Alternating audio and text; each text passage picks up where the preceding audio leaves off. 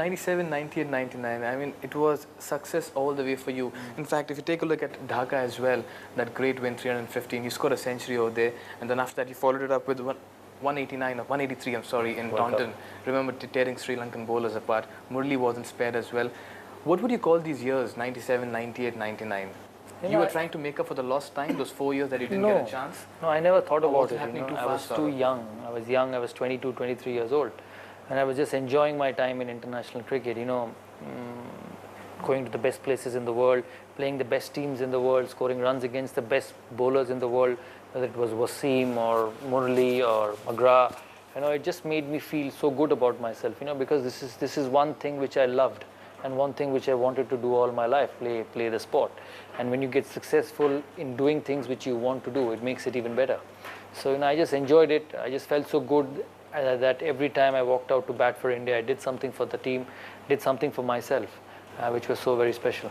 Right, then of course in 1999 you also became the stand-in skipper for a very brief period. That's when in Toronto again. Yes, I mean, you were glad that you got a role to do as a captain because that really helped you later on or something? Or was it an indication that probably you're the next man in the line if things it was because I was already vice captain then. Great.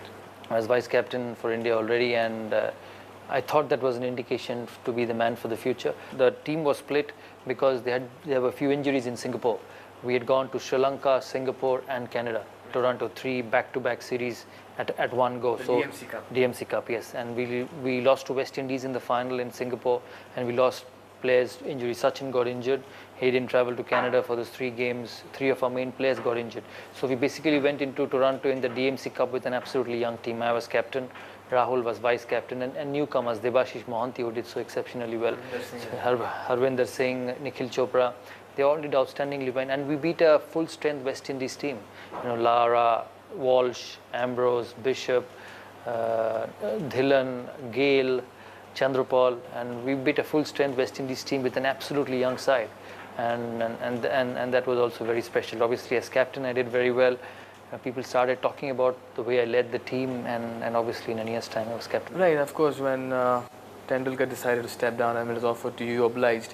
You were mentally ready for the role, keeping in mind that they were just coming out of a big match-fixing scandal. Some of the big names in Indian cricket were not part of Indian cricket anymore. It was a young side, and you had to be the captain of a ship that didn't have direction, point number 1, and you were the captain of the ship. So how were things unfolding in your mind at that stage?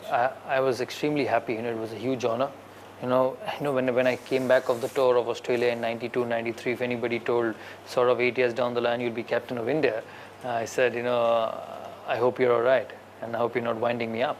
But you always felt sort of that you hadn't continued to lead the side in 1992? No, I never thought that. It's too far for me. I never thought whether I would play for India again. So these are too far-fetched thoughts. To think about being captain of India at that stage was ridiculous. So it's a huge honor, and I enjoyed every minute of it. We got successes. Obviously, as you said, absolutely. Your first role as captain was against South Africa in the ODI series, which you all won. But the big moment, of course, I'm sure you've mentioned it over and over and again, the Test series against Australia. I think that changed Indian cricket. Absolutely. I think the Test series against Australia changed the way Indian cricket, Indians played the cricket after that. I was lucky to be captain of a team which had the likes of Tendulkar, Dravid, Lakshman, Kumble, Srinath, young Harbhajan Singh, young Virendra Sehwag. I was lucky to be a captain of that team. And I think after we won that test at Eden Gardens against Steve Waugh's team, I think the mindset of the team completely changed. We had John Wright, who had just joined us.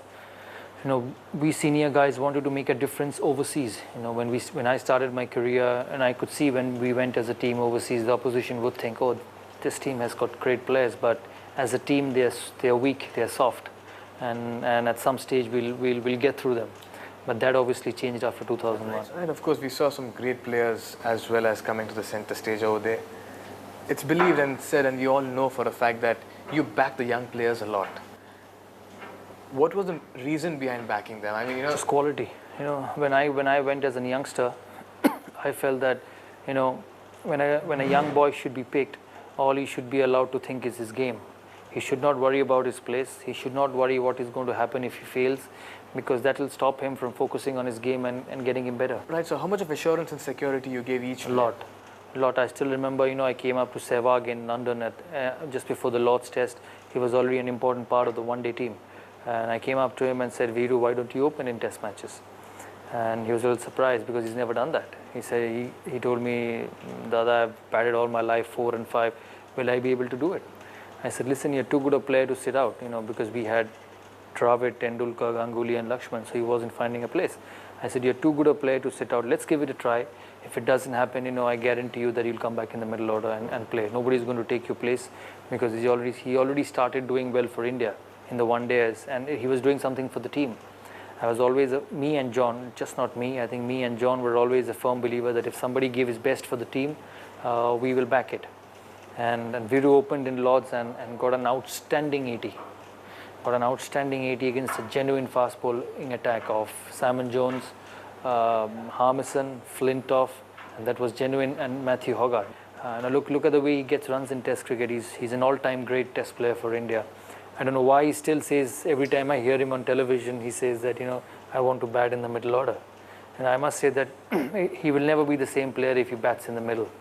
He's a great player for India. He's a great player in the world in Test cricket, and he should continue opening. Right, absolutely. Once again, let's go back to 2002 now. Saurav Ganguly sitting in the Lord's balcony, and two little young heroes in Yuvraj Singh and Mohammad Kaif script a win, and you do a Salman Khan over there. I mean, how did that really happen? In fact, you taught us how to celebrate cricket as well. Yeah. I mean, I was overjoyed. Was that a reaction? As I say, every action has an equal and opposite reaction. Was it that? Or was it, what was it? That wasn't Saurav Ganguly. I was just overjoyed. It happened because of too much of happiness. But emotions, you animated. Yeah, I was. And I can tell you now that I still say to myself that I shouldn't have done that. Why? Because, I mean, that was the way of celebrating. Because I'm not that type of a person. And anyway, that's past, and everybody. That's a glorious past. Yeah, everybody tells me that that's the best thing you've done, and I say to myself, what's the best thing I've done in that? Anyway, that's the way people feel about it. There's so much passion in the game in this country, before that we lost 2 finals, and actually me and John were getting to a stage of being fed up that we play so well till the finals and keep on losing these one-day finals, and we won from nowhere. We got off to a great start. We were 100 for no loss, and then we slipped to 160 for 5, and from there getting 325 was phenomenal. So it was just joy. You can imagine many of them in fact switched off their television sets, but then what happened is actually history today. But then what's good about this particular Indian team under you was every year they put up some better performances, because when you went to Australia in 2003, you set the tone for the series with a century, 140 in Brisbane. But then of course I thought that's the best I've seen Indian team play. Till now on, that's the best I've seen Indian team compete against the top team in the world. We dominated that series in 2003. We did come back and win in Pakistan after that. Before that we played outstandingly well in the World Cup, where we lost in the finals. Right.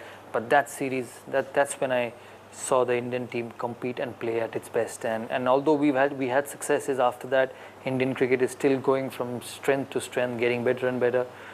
The #1 Test team in the world, but that was probably the best I've seen Indian team play. India was peaking then. Was Saurav also peaking at just the right time? That was your highest point, would you say? That year, World Cup, Australia, Pakistan, that's the best for the team, and being captain, it was best for me.